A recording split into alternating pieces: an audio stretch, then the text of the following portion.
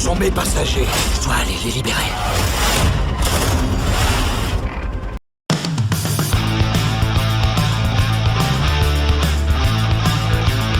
Bonjour à tous et à toutes, bienvenue pour cette nouvelle vidéo pour un nouveau Mon Sens Critique, qui est le nouveau format phare de ma chaîne. Aujourd'hui, on se retrouve pour un petit film d'action qui paye pas de mine.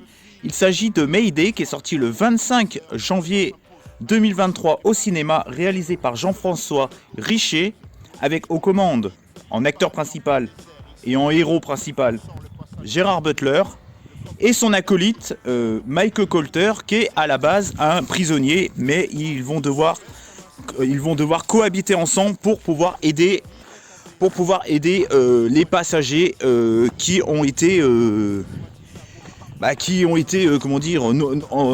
naufragés d'un avion, et ils vont devoir gérer une guérilla parce qu'ils ont été kidnappés et tout. Donc Gérard Butler et son acolyte Michael Colter vont devoir exploser du vilain méchant philippin. Donc je trouve que déjà esthétiquement, alors déjà au niveau de l'esthétisme, je trouve que c'est assez utilitaire, c'est-à-dire qu'il n'y a rien d'exceptionnel, mais ça correspond bien à ce qu'on veut nous faire voir. Il n'y a rien d'exceptionnel dans l'esthétisme et dans la direction artistique du film, mais ça colle parfaitement à l'action. Ils ont voulu ni en faire trop, ni pas assez, c'est parfaitement bien géré. C'est ce qu'on attend pour un film d'action, c'est très bien rythmé aussi. On a un petit esprit années 90, on a des vrais méchants, donc on les a, typés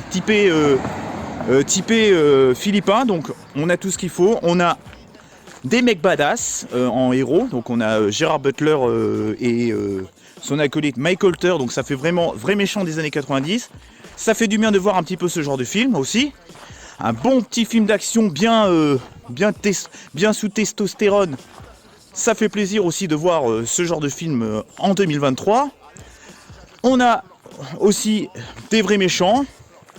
Ça fait du bien de voir enfin des vrais méchants. Comme on en voit assez rarement depuis quelques temps, je trouve, dans les films. Là, on a des méchants bien typés, genre un petit peu Al-Qaïda ou des trucs comme ça, ou un petit peu genre les forcenés en Amérique du Sud qui kidnappent les gens et qui demandent des rançons et qu'on voit ça à la télé et tout. Je trouve ça très très bien de faire ce genre de film. Après, je trouve que les crashs d'avion, que ce soit au début ou à la fin, quand ils essaient de réussir à se poser, donc en gros il y a 2 crashs d'avion, je trouve que c'est parfaitement exécuté, c'est parfaitement bien fait. Les CGI sont pas trop mal faits. Sinon, je trouve que le rythme est vraiment très soutenu. Il y a pas mal de suspense. Au niveau de la guerre, de la guérilla, les méchants sont impitoyables avec nos naufragés ou avec nos héros. Ils en ramassent plein la gueule. Je trouve que vraiment c'est un film vraiment qui change un petit peu de l'ordinaire, sans prétention, qui est vraiment très sympathique. Il y a aussi le message du héros, comment ça? Putain.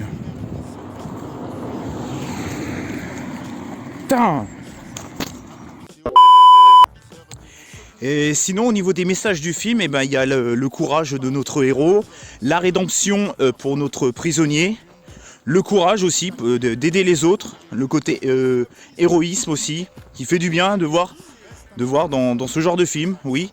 C'est des valeurs sûres, mais des valeurs certaines. Sinon, qu'est-ce que j'ai bien aimé aussi?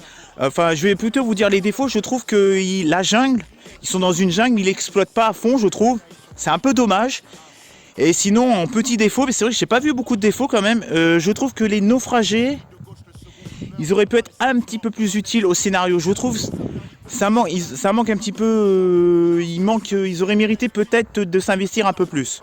On en laisse pas mal sur le carreau, mais on se concentre surtout sur Butler et sur Mike Colter. Mais j'aurais bien aimé voir un naufragé ou deux sortir du lot.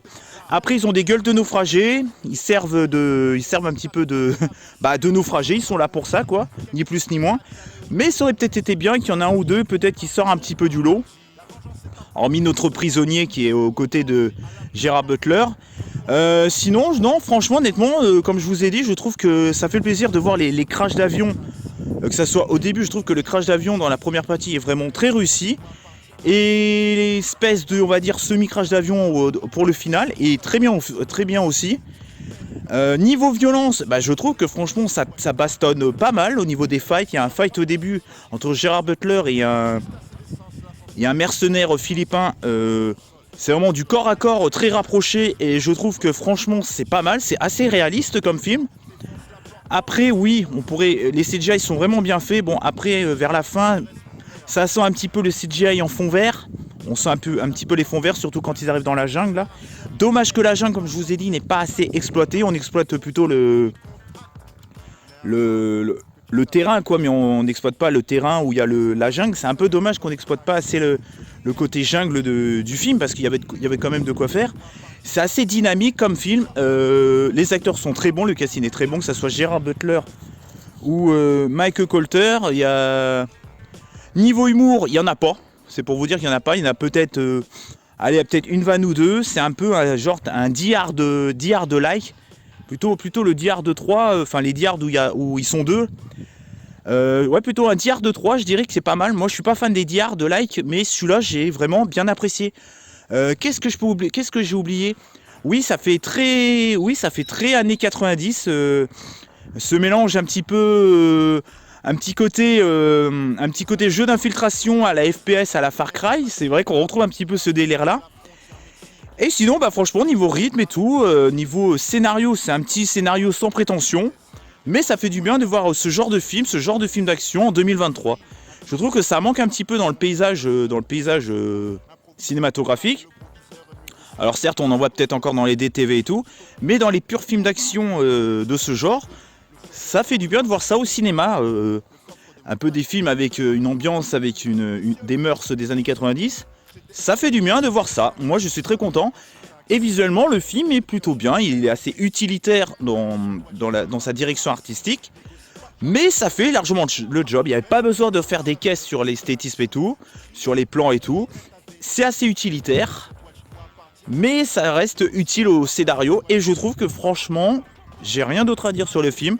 Je vous conseille de voir Mayday ou Plan en VO, en version originale. Je vous recommande vivement de voir ce petit film sans prétention.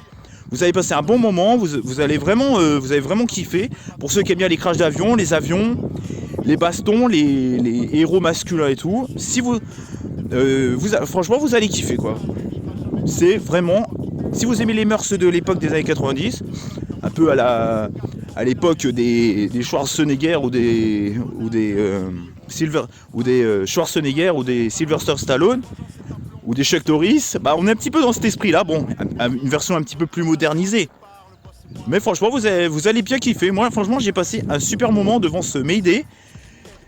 Je vous recommande vivement ce film. On se retrouve pour une prochaine vidéo. Pensez à commenter, liker et partager et activer la petite cloche. Et dites-moi dans les commentaires ce que vous pensez de ce petit Mayday. Mais en tout cas, c'est un bon petit film que je vous recommande. Il y a encore au cinéma, pour certains cinémas. Bon, il y a aussi sur internet, donc à vous de faire votre sauce, hein, vous gérez comme vous voulez. Dites-moi dans les commentaires ce que vous pensez de ce film et qu'est-ce que vous pensez de ma petite critique. On se retrouve très prochainement pour un prochain Mon Sens Critique. Ciao et bye bye. Et Gerard Butler est comme ça dans ce film. Allez, ciao.